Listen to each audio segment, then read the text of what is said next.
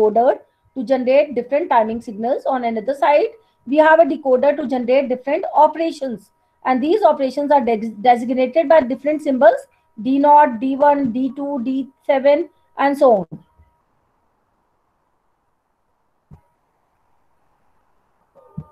Fine. So this is the block diagram of a control unit of the system, control unit of your CPU. Ma'am ये D0 D1 नहीं समझ आया, ये क्या है? ये बेटा I told you the OP code को कितने बिट्स असाइंड है? 3 बिट्स असाइंड है। 3 बिट्स असाइंड है मतलब with the help of the 3 bits how many number of combinations can be there?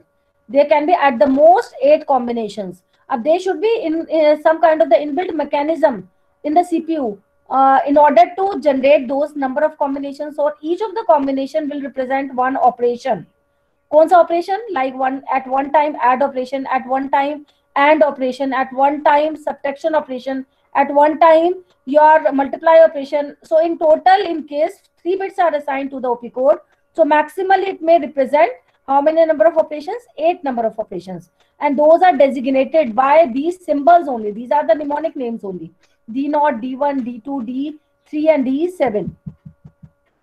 See, later on we'll do a list of all the operations, list of all the instructions in the subsequent section. Like this is the section. ये आपके कौन से हैं? ये आपका, ये तो आपके रजिस्टर रेफरेंस इंस्ट्रक्शंस है। आपकी अगर मेमोरी रेफरेंस इंस्ट्रक्शन की बात करें, let me go through, late me show you कि किस टाइप के ऑपरेशन की बात हो रही है आपकी। I think few pages are missing. नहीं, ये आपका क्या है? These are the operations, these are your operations: AND operation, add operation, load to AC, store to AC. All these are the built-in operations, built-in instructions supported by a basic computer. I told you कि initially जब आपका system introduce हुआ many years before, तो आपका एक system जो basic computer, that was termed as a basic computer. अब तो आपके बहुत से complex हो चुके हैं system. आपकी your system is not only limited to 8 operations, but we are talking here in the context of 8 operations. We are talking in the context of a basic computer that can support at the most 8 operations. यही operations ही जिस पे काम कर सकते हैं। So उसे हम study कर रहे हैं। सिमिलरली अगर आपके कॉम्प्लेक्स जो हायर वर्जन आपके सिस्टम आ चुके हैं मार्केट में, उसमें it's not limited only to the 8 operations, it is limited to many more operations. आपका जो वर्ड का साइज है, मेमोरी वर्ड का साइज भी इंक्रीज हो चुका है, मेमोरी का साइज भी इंक्रीज हो चुका है। More the size of the memory you are going to increase means more number of operations. More the size of your registers is increased, or CPU register, that means you are assigning more bits to the operations. You are being able to facilitate, that basic computer is being able to facilitate more number of operations. तो एक system कितना operations को support कर पाएगा, that is depending on the number of bits assigned to the OP code. हम इस chapter में क्या स्टडी कर रहे हैं कि एक सिंगल इंस्ट्रक्शन को बाइनरी लेवल पर अंडरस्टैंड कर रहे हैं, ऑब्जर्व कर रहे हैं कि कितने बिट्स कौन से वाले पार्ट को असाइन होते हैं, ओपी कोड को असाइन होते हैं, on the basis of which the basic computer और any other computer is being able to facilitate those many number of operations. और उन ऑपरेशंस का जो सिंबॉलिक नेम दिया गया है वो है D0, D1, D0 से D7। ये 7 बिट्स इसको असाइन किए गए हैं, और D7 को डिसीजन मेकिंग के लिए यूज किया गया है कि कौन सी कैटेगरी की इंफॉर्मेशन है। फाइन। सो आपका, वी आर गोइंग बैक, ये आपका टाइमिंग सिग्नल डायग्राम है। प्रायर टू दैट ये आपका क्या है? ये आपका कंट्रोल यूनिट है। कंट्रोल यूनिट में आई टोल्ड यू कि D0 से D7 आपके ये कॉम्बिनेशंस जनरेट हो रहे हैं, and all these operations will work subject to the enabling of these timing signals. तो जो जो टाइमिंग सिग्नल से एसोसिएटेड है बाय डिफॉल्ट ये एग्जीक्यूट होते चले जाएंगे। And I was talking, prior to that I was talking basically in terms of 5.3। अच्छा, आपको मैं इंस्ट्रक्शन साइकिल का डायग्राम दिखाया था मैंने, though I will come back to that diagram of instruction cycle again, but before going to section 5.3 let me show you this diagram कि instruction cycle का we were talking about initially. Instruction cycle के context में what we were talking about कि एक instruction को execute होने के लिए it has to go through a sequence of phases. कौन से वाले फेजेस से जाना होगा? Fetch an instruction from memory, decode the instruction, read the effective address from memory if the instruction has an indirect address, and execute the instruction. and same steps have been depicted with the help of the instruction flow diagram. ये instruction flow diagram है आपका.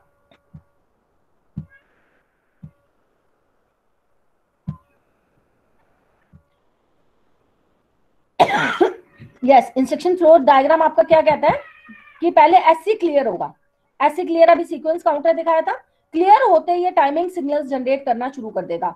Actually हमने जो पहले instruction cycle के जो steps किए थे. यस प्लीज पूछो बेटा. मैम कुछ बच्चों को ज्वाइन करने के लिए पूछ रहे हैं, वो आप एंटर करवा लो. यहाँ नहीं, यहाँ तो देखो कोई एडमिट आ ही नहीं रहा, परमिशन नहीं आ रही. ग्रुप पर मैसेजेस आ रहे हैं.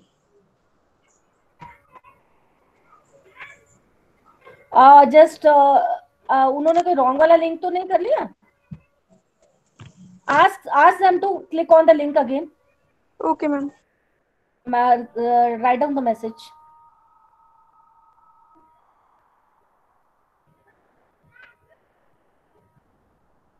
I hope they all have joined.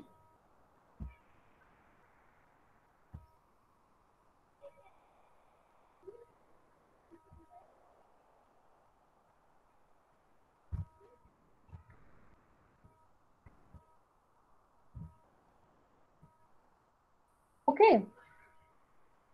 So let them join then. I think Isha already have joined. Isha, you are there, and you also had mentioned your name. Yes, ma'am. So remaining students, please check whether they have joined. They already are in the class. Their names are visible. Yes, ma'am, they are in. They are in. Okay. So that means they earlier had mentioned the request. Anyway, now we are talking in terms of the instruction cycle. आपका instruction cycle में it's extremely very important. If you go to the previous year question papers, you will find that a question generally comes on drawing the flow chart of the instruction cycle and give its explanation by writing down the micro instruction. It is generally comes of 8 marks or 9 marks. So instruction cycle क्या कह रहा है कि ऐसे sequence counter is cleared. As and when the sequence counter is cleared, I show you earlier control unit में sequence counter बना हुआ था timing signals को generate करने के लिए. The timing signal will start generating. कौन-कौन से T0, T1, T2. अब fetch T0 और T1 timing signals आपके fetching का काम कर रहे हैं. पूरा instruction cycle आपको depict कर रहा है corresponding to all the phases of instruction cycle to get an instruction executed. And the very first phase is your fetch an instruction. Fetching an instruction, how will it be obtained? How will it be achieved? With the help of these two micro instructions. ये दो micro instructions you already have implemented in your practical class. Just recall all the concepts you have practically implemented in writing down your fetch sequence. Fetch sequence में आपने यही लिखा था ना? Yes, ma'am. PC will point out to the address of very first instruction. उसका address आप AR में डालेंगे. फिर AR लोकेशन से मेमोरी से उठा के वेरी फर्स्ट इंस्ट्रक्शन के बाइनरी कोडेड वैल्यू को उठा के IR रजिस्टर में डालेंगे. With the help of this micro instruction, and then further you will increment PC by 1. PC by 1 you will increment it due to the reason so that once fetching this instruction has been achieved, PC should point to the next instruction. कि next phase में next instruction cycle में the next instruction should be brought from the memory. तो ये जो steps लिखे जा रहे हैं, it should apply for all the instruction. Once it is to be written, it will be executed again and again in order to be applicable to the remaining instructions. So during the time T0 and T1, T0 में क्या हो रहा है आपका PC के contents, PC का address AR में जा रहा है और T1 जैसे activate होता है, so it will start triggering, it will start executing these instructions. T1 के अगेंस्ट क्या लिखा हुआ है कि मेमोरी से ARF लोकेशन से मेमोरी के अंदर जो binary coded information of instruction पड़ी हुई है very first instruction of a program, तो वो IR में चली जाएगी और PC का आपका क्या होगा, PC इंक्रीमेंट हो जाएगा. तो अल्टीमेटली यही अचीव करना था. फैचिंग एंड इंस्ट्रक्शन का क्या मीनिंग होता है कि मेमोरी से ARF एड्रेस से उठाया इंस्ट्रक्शन को उसे IR में डाल दिया. So this is the very first phase of your instruction cycle. Ma'am next yes पूछो यस प्लीज. मैम जब PC इंक्रीमेंट होता है तो इसका मतलब क्या है कि वो PC के अंदर ऑटोमेटिकली एड्रेस आ जाता है? यस ऑटोमेटिकली हो गया ऑफ कोर्स. जब इंक्रीमेंट हुआ तो इंक्रीमेंटेड वैल्यू पीसी में गई, आप देख सकते हो। ओके, तो इंक्रीमेंटेड वैल्यू पीसी में गई मींस अब पीसी पॉइंट आउट कर रहे हैं टू द नेक्स्ट इंस्ट्रक्शन। अब जो भी एक्टिविटी होगी वो सेम की same set of activities will be repeated for the next instruction. और वो एक्टिविटीज क्या है, पहले फेचिंग थी, फिर डिकोडिंग थी, फिर एग्जीक्यूशन था।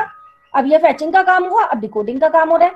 और डिकोडिंग देखो, next phase of instruction cycle क्या था आपका, ये आप मुझे असाइनमेंट की फॉर्म में सबमिट कराएंगे कि what do you mean by the instruction cycle and draw it's flow chart and explain the micro instructions corresponding to all its phases कि fetch और decode how is to be obtained, execution कैसे obtain हो रहा है, वो सब जैसे लिखा हुआ उसी वे में आप explain करके you will write down a question in the assignment. So क्या हो रहा है देखो, very first phase is fetch an instruction from memory, then decode the instruction. Decode the instruction I told you कि क्या होता है कि basically it will interpret, it will analyze the internally stored instruction in the binary coded form. फिर it will analyze कि कितने वाले bits कौन से वाले पार्ट को असाइन होने हैं. Generally it consist of 3 component कि आई बिट होता है मोड बिट जो 15th बिट है. देखो IR का 15th bit will be assign to I. 15 bit means जो लेफ्ट से, अगर लेफ्ट जस्टिफाइड है आपकी, राइट जस्टिफाइड है अगर इंस्ट्रक्शन है. देखो ये आपकी राइट जस्टिफाइड है. I told you to do the settings in your CPU simulator to make an instruction left justified and right justified. आपका ऑप्शंस के एग्जीक्यूट के अंदर, ऑप्शंस के अंदर जाकर इंडेक्सिंग के अंदर लेफ्ट या राइट को सेट करेंगे तो अकॉर्डिंगली आपकी इंस्ट्रक्शन लेफ्ट जस्टिफाइड या राइट जस्टिफाइड हो जाएगी. सो आपका ये जो इंस्ट्रक्शन है देखो जो यहाँ पर है ये इंस्ट्रक्शन देखो राइट, ये राइट जस्टिफाइड है, मतलब 0 से स्टार्ट हुआ राइट साइड से, 0 से 11 बिट यहाँ हुए, फिर 12 बिट हुआ, 13 बिट हुआ, 14 हुआ, 15, मतलब 15th बिट को आई को असाइन किया ड्यूरिंग डिकोडिंग फेज. और 12 IR रजिस्टर के 12 से लेकर 14 तक के बिट्स को असाइन किया ओपी कोड को. और 0 से लेकर IR के 0 से लेकर 11 तक के बिट्स को असाइन किया IR रजिस्टर में. तो इस चीज को कहते हैं, इस फेज को कहते हैं डिकोड फेज.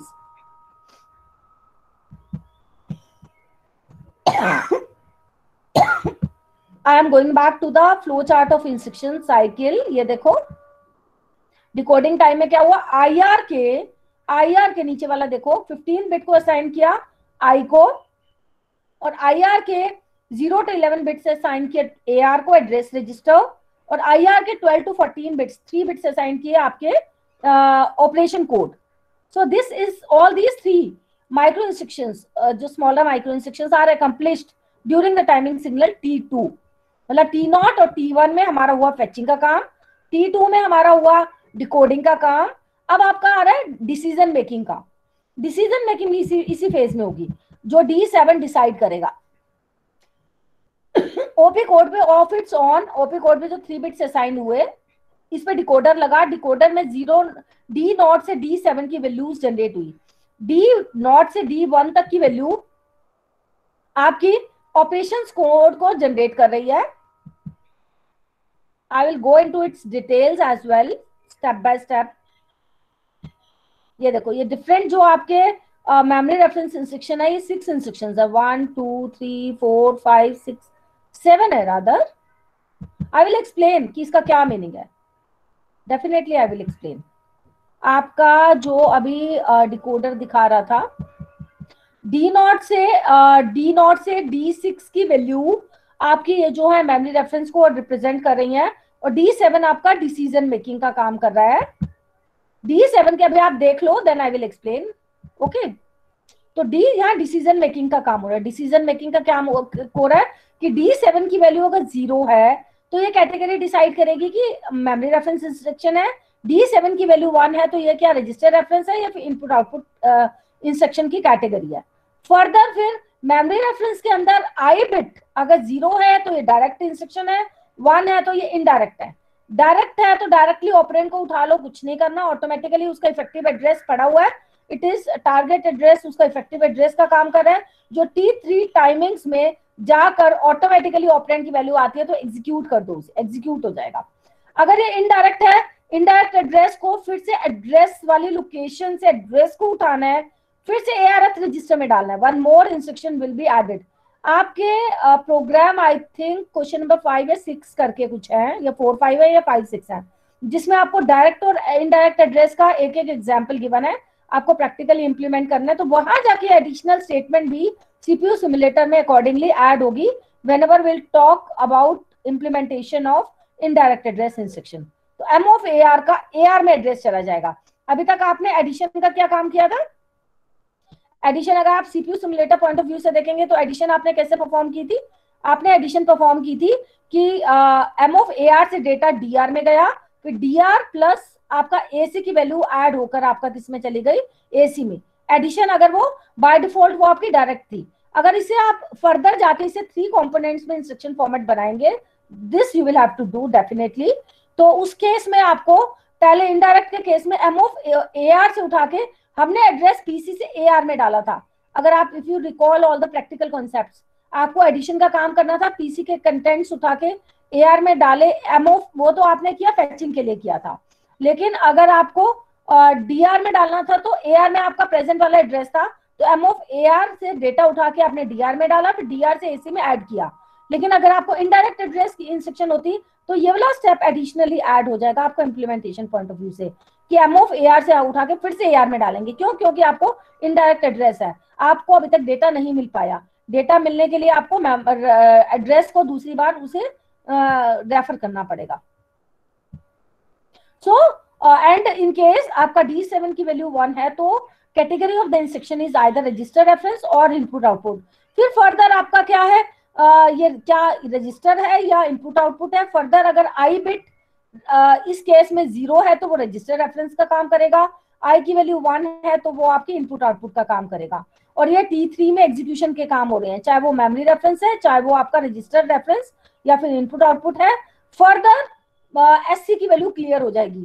क्लियर होने का मतलब है फिर से सेम टाइमिंग सिग्नल जनरेट होंगे, कंट्रोल ऊपर जाएगा, फिर से फैचिंग ऑफ होगा फॉर नेक्स्ट इंस्ट्रक्शन, ये फैचिंग हुई, फिर डिकोडिंग ऑफ नेक्स्ट इंस्ट्रक्शन, फिर decision making of next instruction कि वो मेमोरी रेफरेंस की कैटेगरी है या रजिस्टर रेफरेंस से इनपुट आउटपुट है। मेमोरी रेफरेंस है तो क्या वो डायरेक्ट है इनडायरेक्ट है? अगर वो डायरेक्ट है या इनडायरेक्ट है, सम हाउ उसका एड्रेस को उठाना है और फिर उसका ऑपरेंड उठाना है, फाइनली उसे एग्जीक्यूट करना है। So same set of phases always is repeated for all the instructions till the entire program gets executed. So this is your flowchart, this is your phases of instruction cycle, and that is essentially very important from exam point of view, and you need to justify all your theoretical writing of your various phases of instruction cycle by writing down its micro instructions. All these are called as the micro instructions, कि आपने fetching को कैसे achieve किया, decoding को कैसे achieve किया, execution को कैसे अचीव किया। So this is all about your instruction cycle. Instruction cycle देखो फिर से, ये इंस्ट्रक्शन साइकिल आपका fetch an instruction from memory, decode the instruction, read the effective address, execute the instruction, fetch and decode। fetch and decode कैसे obtain किया? T0 में आपने PC की वैल्यू को AR में डाला, और फिर T1 में क्या किया? M of AR से फेचिंग करके IR में लाए, पीसी को PC+1 किया। फिर T2 फेज में आपने क्या किया? इन IR के 3 बिट्स पे डिकोडर लगाया, जिससे कितने कॉम्बिनेशंस जनरेट हुए? D0 से D7, और पैरेलली 15th बिट को I बिट में डाला जो आपका मोड बिट होगा। पैरेलली आपके IR के एड्रेस वाले बिट्स फ्रॉम 0 to 11 को AR में डाला, ये डिकोडिंग के टाइम में हुए। उसके बाद हुई आपके डिसीजन मेकिंग, जो आपका फ्लो चार्ट के फॉर्म में आपका डिपिक्टेड है। इन बिटवीन आपका सेम है कि अगर आप कॉमन बस डायग्राम के कंटेक्स्ट में इसको चलाएंगे तो कैसे होगा? पीसी की वैल्यू एयर में कैसे जाएगी? कॉमन बस डायग्राम में आप देखेंगे कि S0, S1, S2, ऊपर हमने कॉमन बस डायग्राम किया था, S0, S1, S2 की वैल्यू 2 हो जाएगी। 2 होने के बाद ये उसी का स्मॉलर पोर्शन है कॉमन बस डायग्राम का, जो हमने ऊपर किया था पहले डायग्राम, कि पीसी की वैल्यू एयर में कैसे होगी? Means in order to get this statement executed, जो आपका पीसी की वैल्यू AR है, ये कैसे होगा in the context of common बस डायग्राम? ऊपर जाइए, ये कॉमन बस डायग्राम आपने किया था, कॉमन बस डायग्राम हमने किया था S0, S1, S2, पीसी के आगे कौन सा नंबर लिखा हुआ है? 2।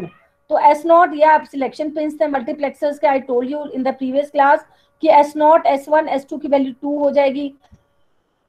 2 होते ही आपका क्या होगा? पीसी के कंटेंट्स कॉमन बस पे आ जाएंगे, it will traverse through the common बस। फिर जिस भी रजिस्टर का लोड सिग्नल एनेबल्ड होगा, इस केस में AR का लोड एनेबल्ड होगा, तो क्या होगा? this from the common bus, the contents of PC will be transferred to AR register. So this way the register transfer statement will take place. The contents from PC will be transferred to AR through the common bus system. यही सब कुछ आपका ये chapter में लिखा हुआ है. You can go through कि पीसी के कंटेंट्स एआर में कैसे आए. Same, though you need not to explain all these details whenever you will write down a question on flow chart. Only this point, till this point you can explain and you can leave the question. You need to draw the flow chart. You need to write down all these phases and you need to write down all these micro instructions, and after this you can stop it. Just for your understanding, I'm going to explain you कि PC to AR कैसे होंगे in the context of common बस diagram. ये common बस diagram का partial portion इन्होंने rebuild कर दिया है. ये देखो, place the contents of PC into the bus by making the bus selection inputs S0 S1 आपके 2 हो जाएंगे. फिर एआर रजिस्टर का जो होगा लोड सिग्नल एनेबल होगा, जिससे कंटेंट्स बस से आपके एआर में चले जाएंगे. सिमिलरली जो नेक्स्ट वाली स्टेटमेंट है ये कैसे एग्जीक्यूट होगी, पीसी की वैल्यू PC+1 हो जाएगी, पीसी का इंक्रीमेंट सिग्नल से हो जाएगी. फिर एम ऑफ एआर से आईआर में कैसे जाएगा, पहले एम ऑफ एआर से आपका कॉमन बस पे आएगा, उसका रीड सिग्नल एनेबल होगा, S0 S1 S2 की वैल्यू 7 हो जाएगी. क्यों? क्योंकि आपका मेमोरी के आगे कॉमन बस डायग्राम में देखोगे तो 7 लिखा हुआ है. फिर वहां से मेमोरी डायग्राम से फ्लोट करता हुआ आईआर में जाएगा. ये देखो 7 लिखा हुआ है. एम ऑफ एआर से मेमोरी पे आएगी, यहाँ से फ्लोट करता हुआ, ट्रांसफर करता हुआ, ट्रावर्स करता हुआ ये किस में जाएगा, आईआर में जाएगा. आईआर का देखो लोड सिग्नल एनेबल होगा and the data will be transferred from common bus to IR. So this way all register transfer statements which are written here will take place in the context of your common bus system. Fine. So now so this section 5.5 is over. Instruction cycle is over. Now I am going back and let me show you the PPT corresponding to this instruction cycle. Let me show you. ये देखो, what is the instruction cycle? Fetch the instruction from memory.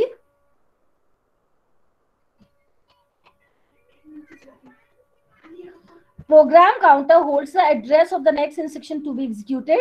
PC will be incremented each time an instruction is fetched. Then decoding the instruction, then decision making will take place, then executing the instruction. Or fetching the instruction from the memory, how will it take place? With the help of which instructions? During T0 timing signal and T1 timing signal. क्या क्या होगा? During the T0 timing signal, PC की value AR में जाएगी. Why? Because in AR is directly connected to the memory. Memory में किसी address से ही उठाई जा सकता है इंस्ट्रक्शन की value. And that's why the address from PC to the AR is being transferred. And during the T1 phase, क्या होगा? PC will get incremented. हम करके रख देंगे इंक्रीमेंट. बाय द टाइम कि वो नेक्स्ट इंस्ट्रक्शन पे कंट्रोल जाएगा नेक्स्ट टाइम में इंस्ट्रक्शन साइकिल के लिए, तो ये automatically it should start pointing to the next instruction. But present वाले इंस्ट्रक्शन के लिए क्या करेगा? फेचिंग करेगा. एम ऑफ ARX लोकेशन से binary coded form of instruction को उठाएगा और IR में डालेगा. ये हो गया आपका फैच फेज. ये फैच फेज के अगेंस्ट आपके माइक्रो इंस्ट्रक्शन है. जैसे आपका पीपीटी में एक्सप्लेनेशन है, in the same similar manner you have to give the same similar kind of the explanation in your exam as well. And then decode में instruction आप देखेंगे, इंस्ट्रक्शन फॉर्मेट है, एक इंस्ट्रक्शन पड़ी हुई है आपकी बाइनरी कोडेड फॉर्म में, अब आपके IR रजिस्टर में आ चुकी है, जो 16 बिट का साइज है. 0 to now decoding means it will be interpreted in terms of its different components. कि 0 to 11 bits will be assigned to AR. तो मतलब IR रजिस्टर में जो पड़ी है इसके 0 to 11 बिट्स को उठा के AR में डाल देने हैं. जो AR is the address register, इसका 15th बिट उठा के I बिट में डाल देना है. I is working as a mode bit. At 12 to 14 bits जो ओपी कोड को असाइन होंगे, इस पे एक डिकोडर लगा देना है जो कि आपके डिफरेंट सिंबल्स जनरेट करेगा. D0, D1, D2, D3, जो that symbols I showed you in the control unit. अभी आपको कंट्रोल डायग्राम में दिखाया था ना. So this decoding will happen with respect to the timing signal T2. Yes. Now the type of the instruction. Now आप decision making होगी कि ये इंस्ट्रक्शन जो है मेमोरी रेफरेंस इंस्ट्रक्शन है या फिर रजिस्टर रेफरेंस इंस्ट्रक्शन है. ये आई will come to this explanation in the previous section. तो I am not going into detail कि हम मेमोरी रेफरेंस किस वाले को कहेंगे, रजिस्टर रेफरेंस किस वाले को कहेंगे. बस ये D7 के अकॉर्डिंग होगा। यहाँ आ जाओ, I am switching this present at the presently I am switching this slide, दो will do it in the same class. सो आपका डिसीजन मेकिंग देखो, ये फ्लो चार्ट है, स्टार्ट हुआ, स्टार्ट SC 0 हुआ, ये टाइमिंग सिग्नल को जनरेट करेगा, और with respect to T0 and T1 timing signal आपकी फैचिंग एक्टिविटी हुई, T2 में आपका डिकोडिंग हुआ, फिर उसके बाद T3 टाइमिंग सिग्नल, T2 में ही आपका डिसीजन मेकिंग हो रहा है, D7 पे डिपेंडेंट कर रहा है, D7 की वैल्यू 0 है तो ये मेमोरी रेफरेंस कैटेगरी की इंस्ट्रक्शन है, D7 की 1 है तो ये इनपुट आउटपुट ये रजिस्टर रेफरेंस है, और ये मेमोरी रेफरेंस है तो क्या ये डायरेक्ट है या इनडायरेक्ट है, तो वो आई मोड बिट पे डिपेंड करेगा। मोड बिट की वैल्यू 0 है तो इट इज डायरेक्ट एड्रेस, और मोड बिट की वैल्यू 1 है तो it is indirect address. Indirect के केस में इफेक्टिव एड्रेस को will have to place it in the AR register, तो ये एडिशनल स्टेटमेंट होगी, and this additional statement is not required provided the instruction is direct address instruction। आपका अगर effective address AR register में आ गया, direct case में AR में ऑलरेडी इफेक्टिव एड्रेस पड़ा था, इसलिए additional statement was not required there. So once the effective address is brought into the AR register, afterwards the instruction gets executed। अब instruction gets executed, फिर तो अब same का सेम स्टेप्स आपको follow करने हैं नेक्स्ट इंस्ट्रक्शन के लिए। तो ऐसी मतलब फिर से टाइमिंग सिग्नल T0 से जनरेट होने स्टार्ट होना चाहिए। हमारा कंट्रोल T0 पे जाना वापस है। कैसे वापस जाएगा? जब हम अपने टाइमिंग सिग्नल को फिर से will make our system will make sequence counter to set as 0 so that it should again start generating timing signal T0, T1, T2। इसलिए यहाँ आके SC को क्लियर कर दिया, क्लियर करते ही फिर से टाइमिंग सिग्नल ऊपर जाके कंट्रोल गया, फिर से जनरेट करना स्टार्ट कर दिया T0, T1, T2। अगर ये मेमोरी रेफरेंस ना होती तो it would have been either register reference और इनपुट आउटपुट। फिर कैसे डिसीजन मेकिंग होती कि ये रजिस्टर रेफरेंस है ये इनपुट आउटपुट, तो यहाँ पे मोड बिट ही होता। अगर मोड बिट की वैल्यू 1 है तो वो इनपुट आउटपुट होती, otherwise it would have been register reference. और फिर next step execute the instruction, execute the instruction. Fine, so this is अच्छा, now this is I can share this PPT with you। Here the explanation of all the back exercise question, few of the questions are given, and already recorded video is uploaded corresponding to this lecture। The portion I am taking the instruction cycle on my YouTube channel, you can go to that for further explanation and explanation of all the back exercise question. Based on all these concepts that we are doing in today's class, you have to solve the back exercise question. Question number 5.1, from 5.1 to 5.5, we already have discussed in the class, twice we have discussed rather. This you already have done. Afterwards, what you will do question number 5.7, 5.9, just note it down. Again, I am giving you as the assignment part, and 5.10. These questions we'll discuss in the next class. But prior to that, I am switching back to the previous portion. I will share this PPT with you, as well as already the lecture is again repeating, uploaded. Right, now I am coming to another portion, section 5.3, another PPT. See, first of all, this is your e-copy of your book. What we have done with, we have covered up section 5.5 first. 5.5 is based on instruction cycle. We have covered up first. Now we are switching back to section 5.3. 5.3 is basically, and 5.4 also we have discussed. See, again, I am repeating whatever the lectures you are attending, specifically the CSA class, you are advised to revise the entire chapter, entire lecture at your home, and you have to solve all the questions based on that lecture, as everything will go out of your mind and you will be in problem, because it's not an easier task to understand all these concepts of your own. But so do the homework sincerely. Whatever the contents you are studying in the classroom, you need to revise at your home. Now I am switching back. 5.4, maybe we have discussed this diagram, how the timing signals are being generated and how the timing signals have been generated. And one of the more concept I would like to show, first of all, आपको बताया मैंने, ये clock का signal है. Clock में यहाँ positive transition से negative तक है, it will be termed as your one timing signal. Then again from positive to negative, it will be termed as another timing signal. मतलब T0 वाला जो टाइमिंग सिग्नल है यहाँ से बिगिन होकर यहाँ तक एक्टिवेटेड है. During this duration will be called as a T0 timing signal. आप देखोगे अगर T4 के बाद T4 तक गया, T0, T1, T2, T3, T4, bye default ये आगे तक जाएगा T16 तक। उसके बाद ये सीरीज स्टार्ट होगी T0, T1, T2। लेकिन इस डायग्राम में आप देख रहे हैं कि सडनली T4 के बाद T0 स्टार्ट हो गया, फिर T1, T2, T3, ये प्रोग्रामेटिकली स्टार्ट हुआ है। मतलब बाय डिफॉल्ट को आपको चेंज करानी हो सीक्वेंस को, आप चाहते हैं T4 के बाद T0, T1, T2 आ जाए, उसके लिए उस मोमेंट पे आपको एससी को क्लियर करना पड़ेगा। जैसे एससी क्लियर होगा, देखो T4 पे एससी क्लियर हुआ, जहां जिस पॉइंट पे एससी क्लियर हुआ तो उसे नेक्स्ट वाली sequence T0, T1, T2, T3 generate start हो जाएगी। और एससी क्लियर होने के लिए ऊपर कमांड दी गई थी, some kind of the register transfer activity. ये देखो एससी, अगर इस टाइप का कोई नोटेशन आती है कि एससी क्लियर हुआ, एससी क्लियर होते ही D3 एक्टिवेट हो गया विद रिस्पेक्ट टू T4।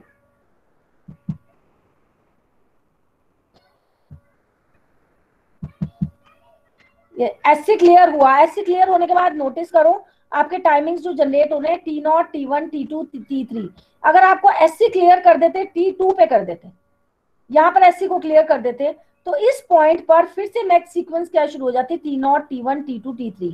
इससे क्या हुआ, T0, T1 के साथ सपोज आपकी फैचिंग एंड इंस्ट्रक्शन है या कोई और काम एसोसिएटेड होता, कोई और रजिस्टर ट्रांसफर स्टेटमेंट एसोसिएटेड होती,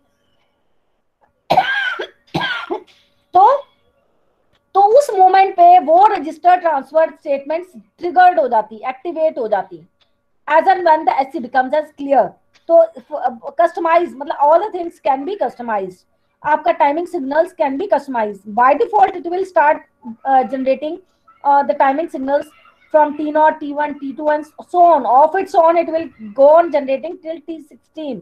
कि अगर आपका डिकोडर का साइज, एससी का साइज, सीक्वेंस काउंटर का साइज 4 into 18 है, 4 into 16 है, सॉरी 4 इनपुट हो गए और 16 आउटपुट हो गए, आउटपुट आपके टाइमिंग सिग्नल है।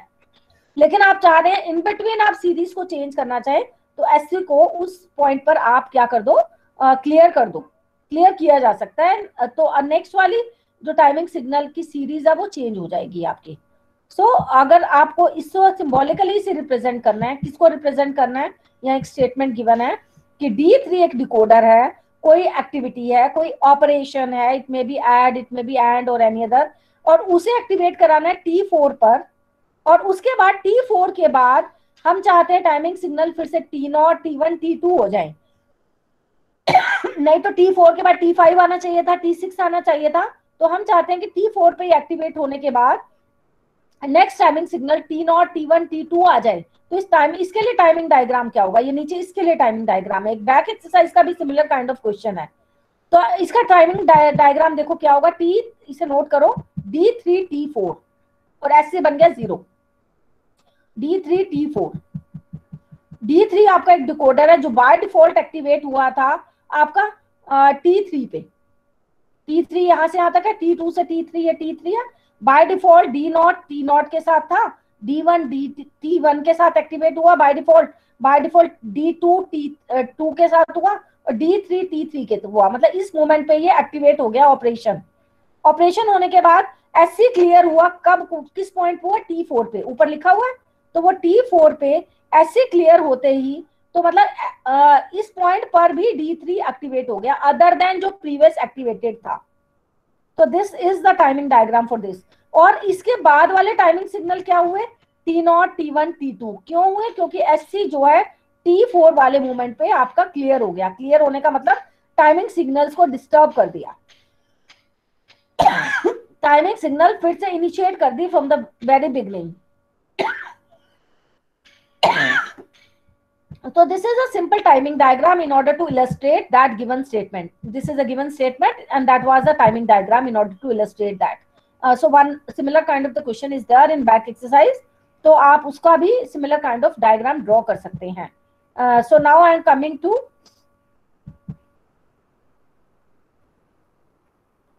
to the back side, back section, computer instructions. एक और इसमें कॉन्सेप्ट रह गया, इफ यू वांट मी कि should I completed. Timing control में आपके 2 टाइप्स के मैकेनिज्म्स होते हैं, कंट्रोल मैकेनिज्म्स होते हैं। You can call it 2 major types of control organisation. One is called as your hardwired control, another is your microprogrammed control. Sometimes in your exams, 2 marks question may come up. Differentiate between hardwired control mechanism and microprogrammed control mechanism. देखो, by its name it is visible, very much visible. Hardwired control मतलब जो wiring और connection से कोई control signal को generate किया जा रहा है, so that kind of the control mechanism will be called as your hardwired control.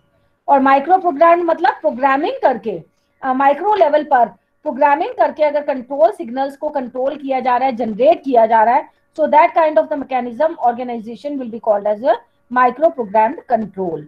मतलब इसमें सॉफ्टवेयर प्रोग्रामिंग की गई है कंट्रोल मेमोरी में जाके, और हार्डवेयर कंट्रोल में कनेक्शंस के थ्रू, हार्डवेयर कनेक्शंस के through, with the help of decoder, with the help of the multiplexer, control signals, जो कंट्रोल सिग्नल्स है जैसे मेमोरी में read, right, load, increment, clear, all these are called as your control signals. इन सबको achieve किया जा रहा है, तो that kind of the mechanism is called as your hardware control. ये this is first difference. Second difference क्या है कि hardware control is a fast mode of operation. इसमें speed is very fast, significantly faster than that of micro program control. इसकी speed कम होती है micro program में. और थर्ड डिफरेंस क्या है कि अगर आपको हार्डवेयर कंट्रोल में किसी भी कनेक्शन में, किसी भी कंट्रोल सिग्नल में चेंजेस करने हैं, मॉडिफिकेशन करने हैं, तो ऑब्वियसली उसकी केबलिंग, उसके कनेक्शंस में चेंज करना होगा, उसके हार्डवेयर पार्ट में चेंज करना होगा. But rather in case of your micro program control, अगर आपको किसी कंट्रोल सिग्नल में चेंज करना है तो उसके कॉरस्पॉन्डिंग उस प्रोग्राम के अंदर, लॉजिक के अंदर रीराइट करना होगा. You need to make a change in the respective program. So these are the three differences. First difference I told you कि इसमें it is achieved in case of your hardware control, the control signals are achieved with the help of your hardware connections. But rather in case of a microprogram control, your control mechanism is obtained with the help of the programming, with the help of the small programs written in the control memory. और third difference is कि it is a fast mode of operation hardware control, लेकिन micro program control is comparatively a slow mode of operation. और hardware control में क्या है, if some kind of the changes are required in the control signals, so there is a need to make change in the hardware connections. But in microprogram control, if there is a need to make some kind of the change in my control signals, so there is a need to make it in its respective programs in the control memory. So these are the difference. This is the difference. जो आपने नीचे diagram अभी किया था control unit का, this is the diagram of hardware control. कि hardware control की help से आपको टाइमिंग सिग्नल जनरेट हुए हैं, डिकोडर्स जनरेट हुए हैं. So all this is the example. And in this chapter we are studying hardware control of mechanism, and the software microprogram control mechanism is detailed in your chapter 7, which is not in your course. So only 2 marks question may come up in your exam. Now we go back to section 5.3. It is extremely very important again. Based on this section 5.3, there are the few questions in back exercise which will require the help. Okay, now we are talking about the computer instructions. देखो अभी हमने computer instruction को for the timing 2 parts में divide किया था, direct address and indirect address. लेकिन अब broadly we are going to categorise in 3 parts. One is your memory reference instruction, another is your register reference instruction, another is your input output instruction. अब आपको देखो instruction format क्या है. This is the internally layout of the instruction stored in the binary form in the IR register, जिसमें 0 to 12 bits are assigned to your address part and 3 bits are assigned to your OP code. 1 bit is assigned to your mode bit. Fine. अगर आप इसे binary के term में बात करें, binary में क्या क्या फिजिबिलिटी है कि इसकी बाइनरी वैल्यू क्या होगी. एड्रेस तो कैन बी एनी 12 बिट्स, कुछ भी हो सकते हैं, any connected series of zeros and ones. Op code possibly क्या क्या हो सकता है. ओपी कोड आपका 0 से 6 तक, 000110. अगर इसे 0 से 6 तक जो ये कोरस्पॉन्ड करता है मेमोरी रेफरेंस इंस्ट्रक्शन को, मतलब ओपी कोड की कितनी पॉसिबिलिटीज हो सकती हैं. वैसे तो 111 भी हो सकता है. जो 111 कैटेगरी है वो रजिस्टर रेफरेंस ऑपरेशन को रिप्रेजेंट करेगी या फिर इनपुट आउटपुट को करेगी. ओपी कोड के पॉसिबली 8 कॉम्बिनेशन हो सकते हैं. जो स्टार्टिंग वाले 7 कॉम्बिनेशन हैं फ्रॉम 0 to 6, ये आपका रिप्रेजेंट करेगा मेमोरी रेफरेंस इंस्ट्रक्शंस को. और अगर इस 0 to 7 के अगेंस्ट एक बार आई की वैल्यू 0 डाल दो तो जितने भी वो इंस्ट्रक्शंस आएंगी वो होंगी direct memory reference instruction, direct address memory reference instruction. और अगर इन 7 के अगेंस्ट ओपी कोड की वैल्यू इन 7 के अगेंस्ट आई की वैल्यू 1111 करते जाओ तो वो होंगी indirect address memory reference instruction. मतलब मेमोरी रेफरेंस इंस्ट्रक्शन की फर्दर 2 कैटेगरीज हैं, direct address instruction and indirect address instruction. So how we can categorize the instruction in one of these 3 categories on the basis of the values assigned to the OP code and I bit. मतलब ये category, ये mechanism है in order to categorize the instruction under these broad categories. Again I am repeating, अगर OP code की value 0 से 6 तक fix कर दी, 110 जो 6 है फिक्स कर दी, अगर इसे डेसिमल में करें उसके अगेंस्ट अगेन आपकी आई की वैल्यू का 0 है तो all the instructions will be called as your direct address memory reference instruction. और अगर इनने ओपी कोड के अगेंस्ट आई की वैल्यू को 1 कर दिया so all instructions will be termed as your indirect address instruction. अब ओपी कोड का एक कॉम्बिनेशन और बचा, वो कॉम्बिनेशन क्या है? 1111 देखो 111 फिक्स कर दिया तो अब ये या तो रजिस्टर रेफरेंस इंस्ट्रक्शन होगी या फिर इनपुट आउटपुट इंस्ट्रक्शन होगी। कब ये रजिस्टर रेफरेंस होगी? जब 111 के साथ साथ आई की वैल्यू 0 है तो ये होगी रजिस्टर रेफरेंस इंस्ट्रक्शन, और 111 के साथ अगर आई की वैल्यू 1 है so it will be called as your indirect address instruction. So this is the only way to categorize the instructions in 3 categories. Now I basically switch back to the PPT, but prior to that I would like to show you the list of direct address instructions and indirect address instruction जो अभी हमने analyse किया है। based on that analysis it can be categorized. देखो ये memory reference, it can be categorized in 3 parts. ये क्या है? These are the examples of your memory reference instruction. This is the list of register reference instruction and this is the list of your input output instruction. All these have been categorized on the basis of that interpretation only. अब देखो आई की value अगर 0 है, एक case में आई की value 1 है, आई की वैल्यू 0 है तो ये इसकी बाइनरी कोडेड वैल्यू है, ये बेसिकली हेक्सा कोडेड वैल्यू में लिखा हुआ है। आई की वैल्यू 1 है तो ये हेक्सा कोडेड वैल्यू में लिखा हुआ है। I will explain you how all these values have come up. तो ये 7 जो इंस्ट्रक्शंस है memory reference instruction direct address का भी काम कर रही हैं प्रोवाइडेड आई की वैल्यू 0 है, और इनडायरेक्ट का काम भी कर रही हैं प्रोवाइडेड आई की वैल्यू 1 है।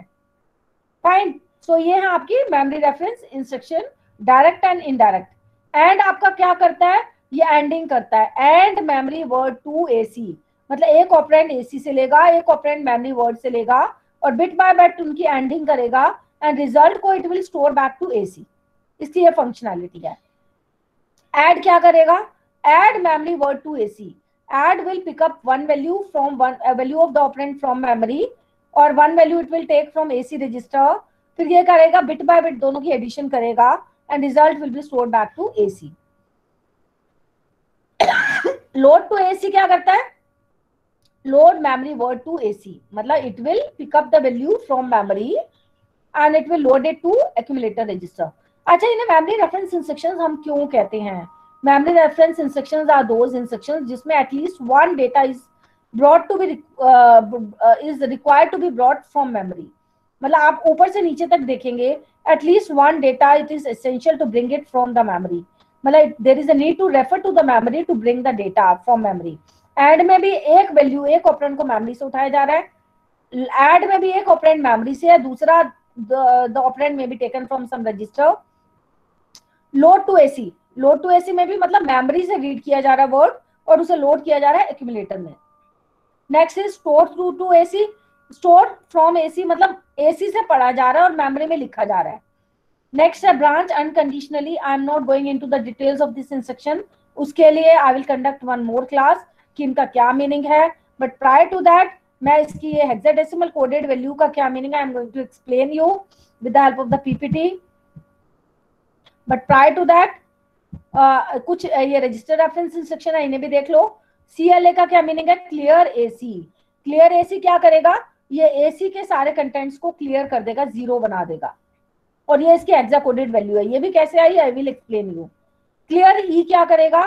क्लियर ई 1 बिट रजिस्टर को क्लियर कर देगा, उसकी वैल्यू को 0 बना देगा। CMA क्या करेगा, कॉम्प्लीमेंट AC। AC में कोई अगर ऑपरेंड पड़ा है उसकी वैल्यू को वंस कॉम्प्लीमेंट निकालेगा। आपका बैक एक्सरसाइज में क्वेश्चन है कि AC की कोई स्पेसिफिक वैल्यू दी हुई है और लिखा हुआ है कि अगर CMA इंस्ट्रक्शन चलेगी तो AC का फाइनल आउटपुट क्या आएगा, और AC की वैल्यू आपकी हेक्सा में गिवन है।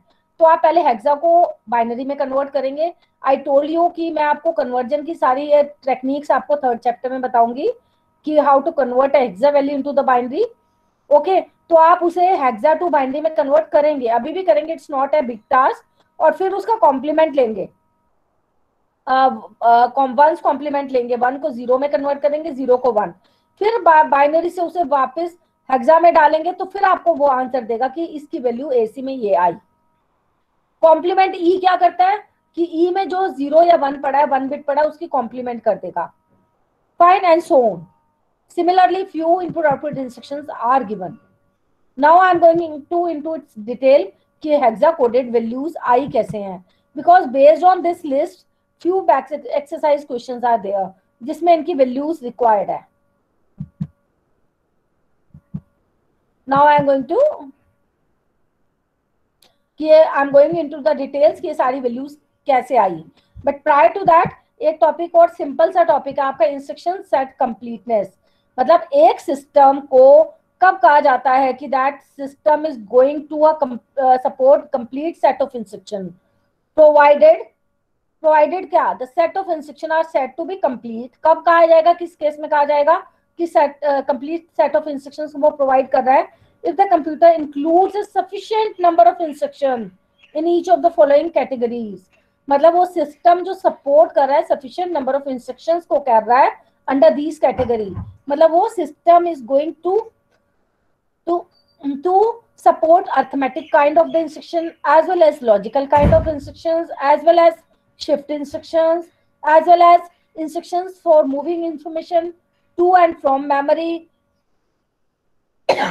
and processor register, मतलब और various mixed kind of the instruction it is going to support। तो उस केस में कहेंगे कि complete set of instruction को वो support कर रहा है। Now I was talking of about its hexa-coded values कैसे आई आपकी। Let me show you the PPT corresponding to it. Again, I am telling you that corresponding to section 5.3, computer instruction and instruction cycle complete recorded lectures are already uploaded on my YouTube channel. Let me show you.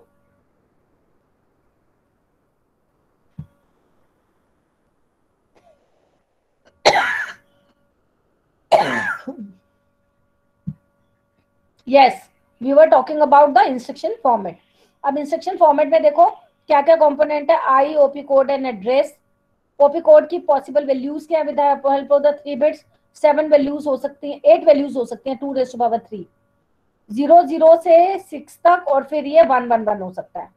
तो 00 से 6 तक की जो categories of instruction है, those will be called as your memory reference instruction. फिर further I की value 0 हो सकती है या 1 हो सकती है। इन केस आई की वैल्यू 0 है, it will be termed as your direct address instruction. In case I की वैल्यू 1 है, it will be termed as your indirect address instruction. Now we come to the last option of op code कि op code की value 111 है। Further 1111 के case में either it will be categorized as register reference instruction or it will be categorized as input output instruction। अगर OP code की fix कर दी हमने value 111, further अगर आई की वैल्यू 0 है तो it will be specifically termed as register reference, और I की वैल्यू 1 है तो it will be termed as your input output instruction. और यही सब आपने इंस्ट्रक्शन साइकिल के फ्लो चार्ट में भी दिखाया कि D7 की वैल्यू अगर 0 है, इसे देखो D7 को स्पेसिफिकली इस टाइम नोटेशन वाइज D7 को 0 कहा गया, अदरवाइज इट वाज डिपिक्टिंग कि वो आपका D7 इक्वल टू 0 रिप्रेजेंट कर रहा था ओपी कोड 0 से 6 तक, और D7 की वैल्यू वहां 1 डाली थी, इसका मतलब ओपी कोड की वैल्यू 1 थी। आप एक बार इंस्ट्रक्शन साइकिल वाले पीपीटी पे जाइए, इंस्ट्रक्शन साइकिल की PPT. Let me show you that this is the PPT of instruction cycle।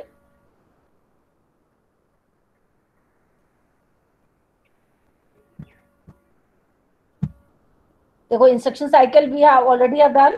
हमने क्या किया था, फैक्टिंग एंड इंस्ट्रक्शन की माइक्रो इंस्ट्रक्शंस देखी थी, डिकोडिंग की देखी थी, and then decision making. Decision making में हमने फ्लो चार्ट में देखा था D7 की वैल्यू 0 है तो वो मेमोरी रेफरेंस इंस्ट्रक्शन है, D7 की वैल्यू 1 है तो वो रजिस्टर रेफरेंस इंस्ट्रक्शन है।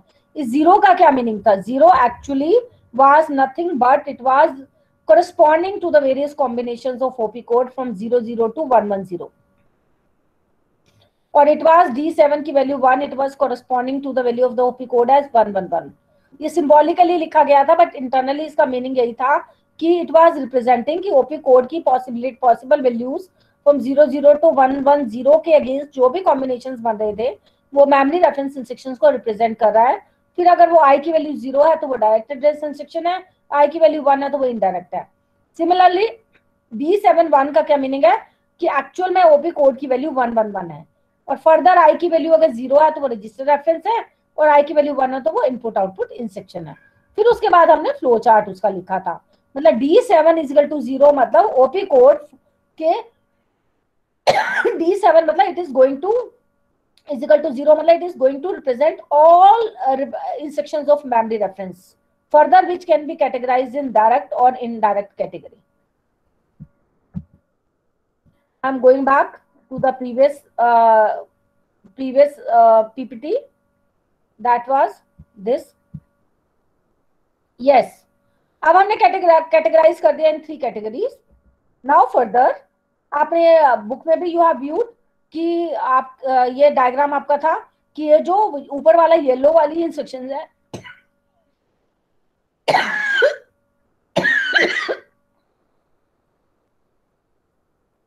it is going to represent your memory reference instruction।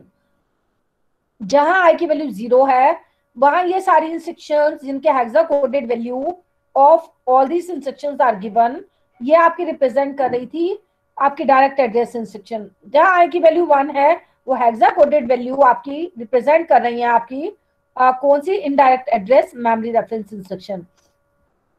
Similarly आपका ये जो ब्लू में है it is going to represent your register reference as well as downside your input output instructions। अभी hexa coded values कैसे आई आपकी, we need to understand those things। अब देखो if we talk in terms of the instruction format, एक single instruction format को देखो, उसके अंदर 16 बिट्स अकोमोडेट हो सकते हैं।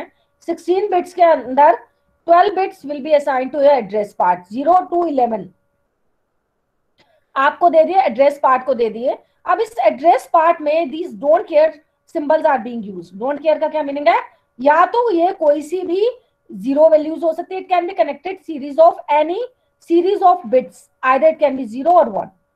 तो जो भी एड्रेस असाइन होता है वो रेंडमली असाइन होता है, it is not pre fixed, it is not pre determined, and that is why randomly the binary values have been assigned। randomly means those are being represented with the help of the don't care symbols। that is why we cannot fix all these 12 values, इसलिए हमने उनमें x 12 times लगा दिया। अब आ जाओ OP code की क्या possible values हो सकती हैं। ओपी कोड आपका क्या है, 3 बिट्स है, with the help of the 3 bits you can have 8 combinations. जो आपके 7 कॉम्बिनेशंस बने वो क्या बने, पॉसिबल वैल्यूज लिख लो, 0 0 0 0 0 1 0 1 0 0 1 1। डेसिमल वैल्यूज साथ साथ लिखी जा रही हैं, हेक्साडेसिमल रादर, 0 1 2 3 4 5 6 7। और आपका क्या है ये 0 1 1 देन 1 0 0 देन 1 0 1, ऐसे करके आपका 1 1 0 तक पहुंच जाएगा। ये हेक्सा कोडेड वैल्यूज है। अब इन हेक्सा कोडेड वैल्यूज के अगेंस्ट आई की वैल्यू इन सब की सब इंस्ट्रक्शन में 7 इंस्ट्रक्शन में या तो 0 है या 1 है। जब ये सारी की सारी 0 हैं तो ये डायरेक्ट एड्रेस का काम कर रही हैं। ऊपर देखो, अब डायरेक्ट एड्रेस का ये हेक्सा कोडेड कैसे आया, एक hexa coded value correspond to 4 bits. ये हम नंबरिंग सिस्टम वाले चैप्टर में पढ़ेंगे कि अगर एक हेक्सा कोडेड एक्स वैल्यू है कोई भी है तो वो 4 बिट्स को ज्वाइन करेंगे तो it will work, it will correspond to a 1 hexa coded value. तो अगर हम इनका 4 के कॉम्बिनेशंस बनाए तो और देखेंगे इनका हेक्सा कोडेड क्या बन रहा है, तो लेफ्ट से स्टार्ट करो बनाना। तो इन चारों की ग्रुपिंग बनाई 0 0 0, तो हेक्सा में इसकी वैल्यू होती है 0 पर 0 फिक्स कर दिया, और x x x क्योंकि हमें इनकी वैल्यू नहीं पता तो इसको भी हमने एक x लगा दिया।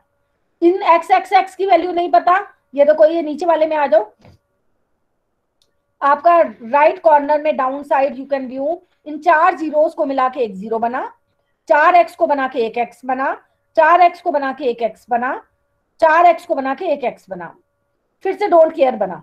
Don't care means we are not aware of actual, aware of its binary values, what actual binary values are there.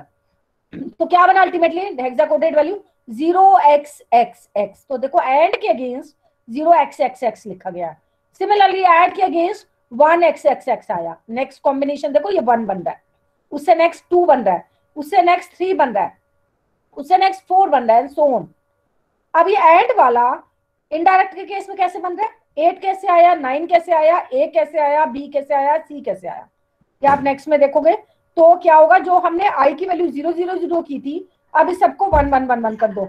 Why? Because the instruction type is indirect address. Next वाली स्लाइड में देखेंगे कि हमने इसे 1111 कर दिया। अब 4 के कॉम्बिनेशन बनाओ, 4 का कॉम्बिनेशन लेफ्ट से बनाओ। अब देखो डाउन साइड में आओ, तो ये 8 बना, ये 9 बना, ये A बना, ये B बना। आप हेक्सा कोडेड सीरीज 8 चैप्टर में इसकी टेबल उठाओ, टेबल से मैप करो, तो इसकी बाइनरी वैल्यू के अगेंस्ट उसे 8 कहते हैं, इसे 9 कहते हैं, 1001 को। और कुछ अल्फा न्यूमेरिकल सिंबल्स होते हैं ABCDEF, इन्हें यूज किया जाता है। तो 1010 जो एक्चुअल में 10 को रिप्रेजेंट करता है, उसे लेकिन लिखा A जाता है। सिमिलरली 1011 को B लिखा जाता है। तो फ्रॉम दैट टेबल ओनली आपने ये सारे सिंबॉलिक नंबर लिखे। तो अल्टीमेटली जब हमने इनडायरेक्ट एड्रेसिंग मोड की बात की, तो आपका ये आया वैल्यू 8xxx ऐड के अगेंस्ट, 9xxx ऐड के अगेंस्ट, 8xxx लोड के against, and so on. So this way these are to be categorised. अब ये रजिस्टर रेफरेंस वाला कैसे बना, रजिस्टर रेफरेंस के लिए ओपी कोड की वैल्यू 111 फिक्स करनी है। अब नेक्स्ट वाले पे आ जाओ, 111 फिक्स होगी। 111 देखो ऊपर अगर आई की वैल्यू 0 है, आई की वैल्यू 1 है, आई एम गोइंग बैक, ये देखो CLA बना 7800। ये कैसे बना, यहाँ डोंट केयर ना यूज करके 800 को कोई फिक्स वैल्यू उठाया हुआ है, बिकॉज सिस्टम ऑलरेडी नोज कि 800 वाले एड्रेस वाले को ही CLA कहते हैं। बेसिकली ये 777 कैसे आ रहे हैं, बस इसको देखो, और ये FFF कैसे आ रहे हैं। सारी की सारी registered reference instructions will begin with 7, और सारी की सारी input output instructions will begin with F। अब देखो it will begin with 7 register reference के लिए इसको ओपी कोड को 111 बनाना होगा, और I 0 हो गया, 0। तो सब में 111 ऊपर से नीचे तक में 111 जाएगा। 3 टाइम्स 1 क्या होता है आपका एग्जाम में 7 होता है। और ये XXXX ये रजिस्टर रेफरेंस में एक्चुअली अगर इसके कॉम्बिनेशन बनाए 2⁻12, तो a large set of instruction system में सपोर्ट रजिस्टर रेफरेंस इंस्ट्रक्शन, लेकिन कुछ लिमिटेड इंस्ट्रक्शन को वो सपोर्ट करता है, इसलिए यहाँ limited list of instructions given है। पॉसिबिलिटीज तो ज्यादा है, लेकिन वो करता बाकी वेकेंट रह जाते हैं, अनयूज रह जाते हैं बिट्स। इसलिए जो ऑलरेडी फिक्स है 800, 400, 200 ये वैल्यूज इनकी फिक्स है CLA की, so we need not to go into details, built in है कि 800 कोई रैंडम वैल्यू दी हुई है, 400 कोई रैंडम दी हुई है, बट इट इज एसेंशियल कि all register reference instruction will begin with 7 and input output instructions will begin with F, उनकी हेक्सा कोडेड वैल्यू। तो 7 कैसे आया, 1111 आ गया। और अगर F की hello ma'am, are you there? तो yes please, you are not listening, am I not audible? Ma'am audible. Am I not? You are audible, ma'am. Hello ma'am, are you there? Yes beta, why you are asking then? Who is asking? Ma'am, your Auntie, voice was not clear, that's why I was asking. but it is clear to all other students. Maybe some problem will be there in your network connection. Okay ma'am. Am I audible now? I am audible now? Yes ma'am. Yes ma'am. Yes, ma'am. Yes, Yes, I am ma'am. going to end the class after a few minutes. So listen carefully. Okay. So I would like to say कि आपका जो सारा का सारा direct address जो memory reference instruction है, those will begin with 0, 1, 2, 3, 4, 5, 6, 5, 6 जो direct address हैं वो इससे बिगिन होंगी, और जो इनडायरेक्ट है वो 8 9 A B C D E होंगी, बिगिन होंगी। रजिस्टर रेफरेंस आपकी 7 7 से होंगी और input output instructions F F से बिगिन होंगी। F F से क्यों होंगी? क्योंकि इसका फर्स्ट वाला बिट I की वैल्यू 1 फिक्स हो जाएगी। 1 0 0 आपका 1 1 1 1 F 1 1 1 1 F, तो ये सारी इनपुट आउटपुट आपकी F से बिगिन होंगी। So I'm going to end this class at this point only. I'm giving you back exercise question as the assignment. I'm also giving you the time to read thoroughly this chapter till the point we have done, so that you can bring all the doubts in the next class, and based on the back exercise, whichever you will solve, you are supposed to bring doubts. But I also advise you to revise the entire contents at your home. That